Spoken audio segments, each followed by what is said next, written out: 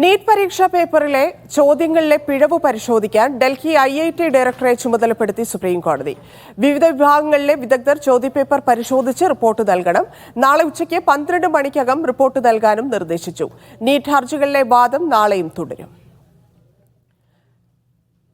PR Aravind ചേരുന്നു. അരവിന്ദ്, എന്താണ് ഈ ഡയറക്ടർമാരോട് IIT ഡയറക്ടർമാരോട് ചുമതലപ്പെടുത്തിയിരിക്കുന്നത് കോടതി?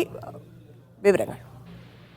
നീറ്റ് UG പരീക്ഷയിൽ ചില ചോദ്യങ്ങളിൽ അവ്യക്തത ഉണ്ടെന്നാണ് ഇന്ന് ഹർജികൾക്കിടയിൽ ഹർജിക്കാരടക്കം ഇന്ന് സുപ്രീം കോടതിയെ ചൂണ്ടിക്കാണിച്ചത്. പ്രധാനമായും ചില ചോദ്യങ്ങളിൽ 2 ഓപ്ഷനുകൾക്കും മാർക്ക് നൽകിയെന്ന് NTA എന്ന് സുപ്രീം കോടതിയിൽ വ്യക്തമാക്കിയിരുന്നു. ഇത് NCERTയുടെ പഴയും അതുപോലെ തന്നെ പുതിയ പുസ്തകവുമായി ബന്ധപ്പെട്ട അവ്യക്തതകളെ തുടർന്നാണ് ഇത്തരം മാർക്ക് നൽകിയെന്നാണ് ഇന്ന് കോടതിയിൽ ചൂണ്ടിക്കാണിച്ചത്. തുടർന്നാണ് കോടതി ഇത്തരം ഒരു ചോദ്യത്തിന് 2 ഉത്തരം നൽകാനാകില്ല എന്ന് വ്യക്തമാക്കുകയും ഇതിന്റെ പിഴവ് പരിശോധിക്കാൻ ഡൽഹി IIT ഡയറക്ടറെ ചുമതലപ്പെടുത്തിയത്.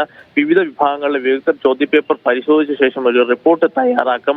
ഈ പരീക്ഷയിലെ 19ാമത്തെ ചോദ്യത്തിന്റെ ശരിയായ ഉത്തരം ഏതെന്നാണ് ഈ 3-അംഗ സമിതി പരിശോധിക്കുക. നാളെ ഉച്ചയ്ക്ക് 12 മണിക്ക് മുമ്പായി ഒരു റിപ്പോർട്ട് ഈ 3-അംഗ സമിതി സുപ്രീം കോടതിയിൽ സമർപ്പിക്കും. എന്തായാലും നാളെയും സുപ്രീം കോടതി നീറ്റ് പരീക്ഷ ക്രമക്കേടുമായി ബന്ധപ്പെട്ടുള്ള ഹർജികളിൽ വാദം തുടരുന്ന ഒരു സാഹചര്യമുണ്ട്. ഇന്ന് ഹർജികൾ പരിഗണിച്ചപ്പോൾ വ്യാപകമായ ക്രമക്കേടുകൾ കണ്ടെത്തിയതിന് തെളിവുകളില്ലെന്ന് ചീഫ് ജസ്റ്റിസ് ചൂണ്ടിക്കാണിച്ചിരുന്നു. അത് ഹർജിക്കാർക്ക് വലിയ നിരാശ നൽകുന്നതാണെങ്കിലും ഈ പരീക്ഷയ്ക്ക് യോഗ്യത തേടിയ 13 ലക്ഷത്തോളം വിദ്യാർത്ഥികൾക്ക് വീണ്ടും പുനഃപരീക്ഷ നടത്തണമെന്നൊരു ആവശ്യം ഹർജിക്കാർ വീണ്ടും ഉയർത്തുകയായിരുന്നു. എന്തായാലും വാദം നാളെയും തുടരുമെന്നാണ് വ്യക്തമാക്കിയിരിക്കുന്നത്. ചോദ്യങ്ങളിലെ പിഴവ് കണ്ടെത്തുവാൻ വേണ്ടിയാണ് ഇപ്പോൾ IIT ഡയറക്ടറെ ചുമതലപ്പെടുത്തിയത്. ശരി അരവിന്ദ്.